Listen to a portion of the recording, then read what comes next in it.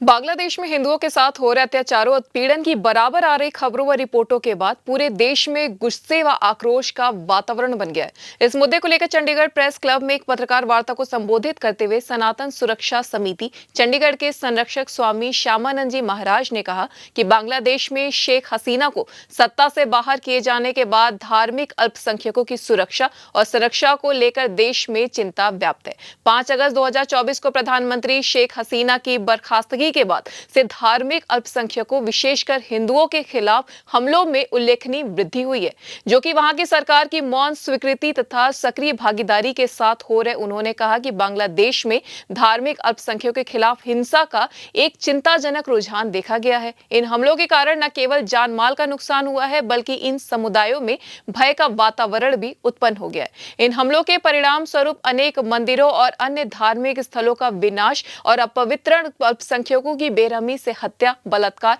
घायल होना, विस्थापना एवं उनके घरों, व्यवसायों और संपत्तियों की लूट और आगजनी की घटनाएं चरम पर है। स्वामी श्यामानंद महाराज ने भारत सरकार से अपील की है कि वह बांग्लादेश सरकार को अल्पसंख्यकों की सुरक्षा सुनिश्चित करने के लिए हर संभव कदम उठाने के लिए जोर दें और बांग्लादेश में संवेदनशील क्षेत्रों में सुरक्षा बलों की तैनाती की मांग उठाई जाए। स्वामी श्यामानंद जी महाराज ने प्रेस वार्ता में घोषणा की कि बांग्लादेश में हिंदुओं के उत्पीड़न की घटनाओं के विरोध में सनातन सुरक्षा समिति के तत्वाधान में 8 दिसंबर दिन रविवार को सेक्टर 17 स्थित प्लाजा में जोरदार रोष प्रदर्शन किया जाएगा। इस आयोजन में बड़ी संख्या में शहर के सभी धार्मिक व सामाजिक संस्थाएं बढ़ चढ़कर भाग लेंगी। उल्लेखनीय है कि बांग्लादेश से आ रही रिपोर्टों के मुताबिक वहां हिंदुओं को चुन चुनकर मारा जा रहा है, घरों से निकालकर उस पर कब्जा किया जा रहा है, दुकानें लूटी और जलाई जा रही हैं। कट्टरपंथियों के दबाव में हिंदुओं को सरकारी व निजी कंपनियों की नौकरी से निकाला जा रहा है। इतना ही नहीं, पोल खुलने व देश को बदनामी से बचाने के लिए वहां की सरकार हिंदुओं को भारत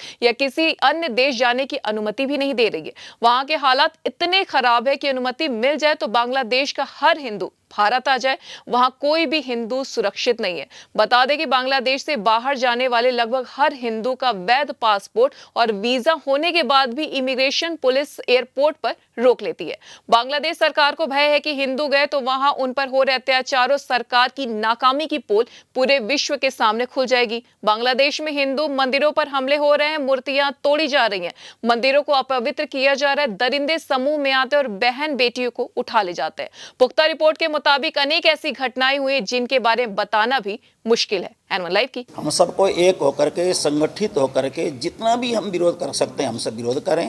और अकेले विरोध ही ना करें, हमें जगह जगह विज्ञापन भी दें और बांग्लादेश के खिलाफ, बांग्लादेश में जो हिंदुओं के खिलाफ जो भी काम हो रहा है इसके लिए जगह जगह लोग विरोध करें और विरोध प्रदर्शन के साथ साथ हम उनको अल्टीमेटम भी देंगे। जब अगर ये चलता रहेगा तो भारत में भी आप लोगों के ऊपर संकट आ सकता है। बेशक संकट हम उनके ऊपर देना नहीं चाहते हैं, लेकिन हम ये सूचना ज़रूर उन तक पहुँचाएँ कि जो आप हिंदुओं के ऊपर वहाँ कर रहे हो, भारत में रहने वाले मुसलमानों के ऊपर भी कल अगर ऐसी परिस्थिति आ जाए तो तुम्हारी उस समय क्या स्थिति होगी, ये तो अल्टीमेटम हम दे सकते हैं। हम लोग जैसे यहाँ से हम लोग ये प्रारंभ किया है, हम चाहते हैं कि हम जो प्रदर्शन करेंगे, जैसे 8 तारीख को हम प्रदर्शन करेंगे, ऐसा ही प्रदर्शन देश भर में अगर हो जाए, हम पूरे देश के लोगों को ये सूचना देवें कि एक समय पे एक ही स्थिति पे हर एक भारत के प्रत्येक